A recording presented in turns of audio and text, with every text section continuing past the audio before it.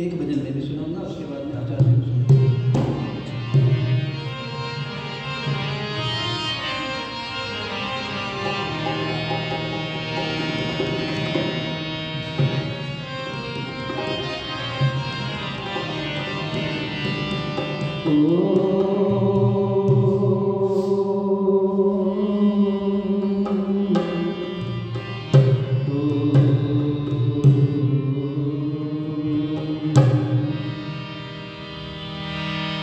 वेदाहमेतं पुरुषं महन्तं आदित्यवर्णं तं शरपरस्तात् त्वमेव विदित्वाति मृत्युमेति नान्यपन्था विद्यते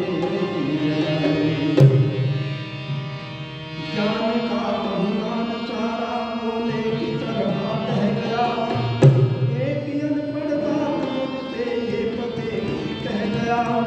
हो गई है शाम तुझको है पथिदेश बाग में, खाना पाया आम बस पेड़ गिरता गया। कभी भी प्रभु का भजन न किया है, बातों में सारी बिता दी दुनिया। अपने दुखों के लिए ही किया है, भोगों में सारी लगा दी दुनिया। कभी भी प्रभु का भजन न किया है, बातों में सारी बिता दी दुनिया।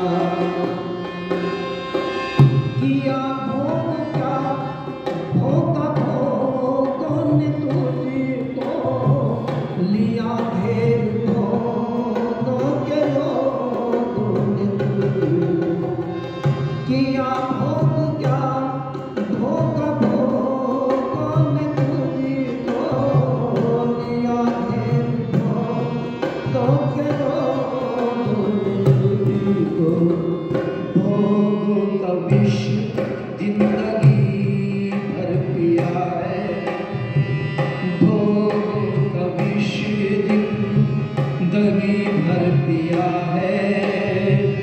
विष पी के नागा गला दी उमरिया। कभी भी प्रभु का भजन ना किया है, बातों में सारी बिता दी उमरिया।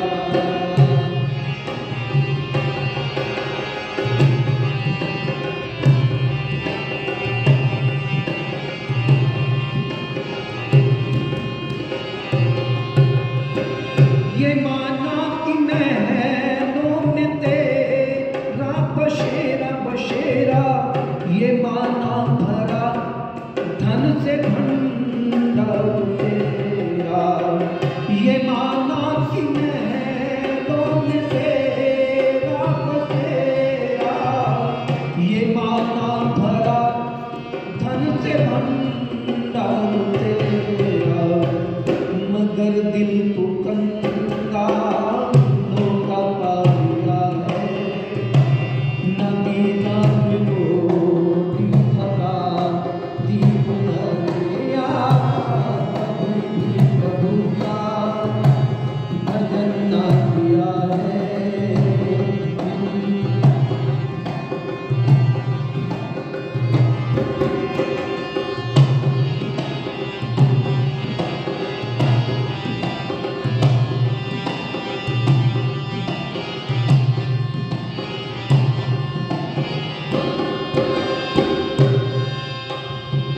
जिन्हें तू ये कहता ये मेरा,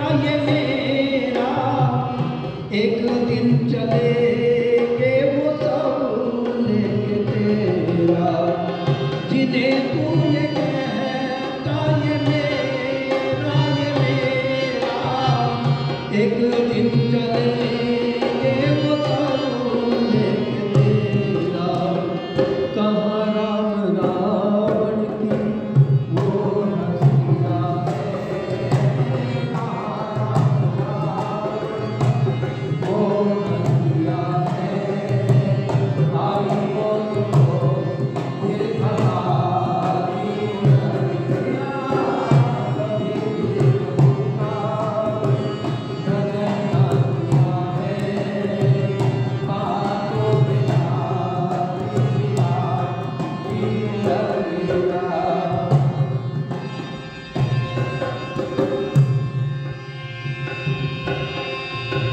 किसी गर्जमंद को तू कुछ दे बताना, दुआ दीन दुखियों की तूने सताना। किसी गर्जमंद को तू कुछ दे बताना, दुआ दीन दुखियों की तूने सताना। जो पहले दिया था वही मिल रहा है, जो पहले दिया था वही मिल रहा है। किया क्या जो नाता था दीप नरिया, कभी भी प्रभु का भजन ना किया है। बातों में कारी पिता दीप नरिया, अपने सुखों के लिए ही किया है। भोगों में कारी पिता दीप नरिया। जो आया है एक दिन वो जाए जहाँ से, गया कौन लेकर जमीन जर यहाँ से। जो आया है एक दिन वो जाए जहाँ से, गया कौन लेकर जमीन जर यहाँ से। चंद दिनों का यहाँ आसिया है, चंद दिनों का यहाँ आसिया है। बनाने में इसके लगा दीप नरिया, भजन ना किया है। बातों में कारी पिता दीप नरिया, अपने सुखों के लिए ही किया है। भोगों में कारी पिता दीप नरिया।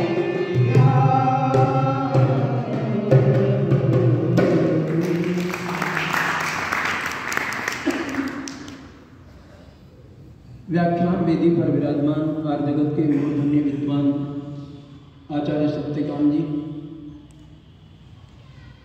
श्री प्रेम गाबा जी, हमारे सुरेश मदान जी, आर्य समाज के उपमंत्री सत्येंद्र रावत जी, श्याम मदान जी, बने सिंह जी, भाई हमारे सुरेंद्र रावत जी, सभी ब्रह्मचारी भाई अविनाश आर्य जी, भाई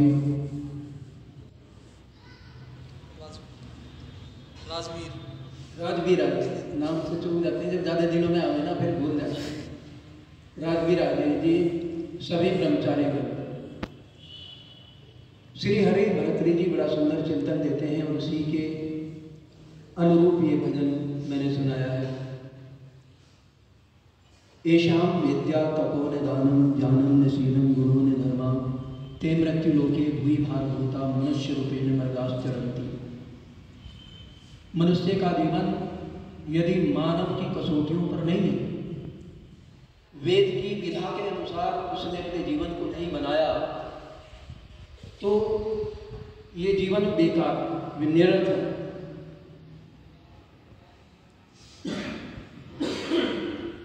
एक लाला जी की बहुत सुंदर हवेली थी, बहुत ऊंची हवेली, बड़े आलीशान, अरबों खरबों रुपए के मालिक थे। पर जब वो देखते उनकी बराबर में एक झोपड़ी थी नीचे, और वो झोपड़ी भी टूटी फूटी झोपड़ी पर शाम को जब सारा परिवार बैठ करके भोजन करता तो अपने बर्तनों को बजाते बच्चे और भजन गाते थे, बड़े बड़े अच्छे सुंदर गीत सुनाते, भजनों को गाते, ईश्वर भक्ति के, देशभक्ति के, और माँ की इंतजार करते रहते। जैसे एक विद्वान ने कहा है, बालम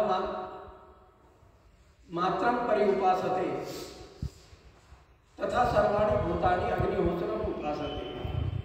जैसे भूखे बच्चे माँ की उपासना करते हैं और देवता जो है अग्निहोत्र की उपासना करते हैं, तो इसी प्रकार बच्चे उपासना कर रहे हैं, गीत गा रहे हैं और माँ की इंतजार देख रहे हैं कि कब रोज करके लाएंगे। रोज का यही काम था।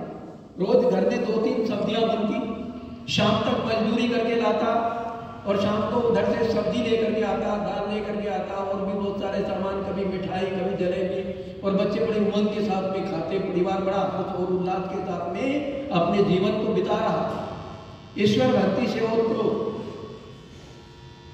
अब ये तो लाला जी की पत्नी थी, ये रोज देखती और देख करके कहती एक दिन लाला जी से, बोली लाला जी हमारे घर में इतना सब कुछ है और ये उतना ही कमा करके लाता है, उतना ही शाम को खा लेते हैं और कितने खुश हैं, बड़े आनंद में रहते हैं, गीत गाते हैं।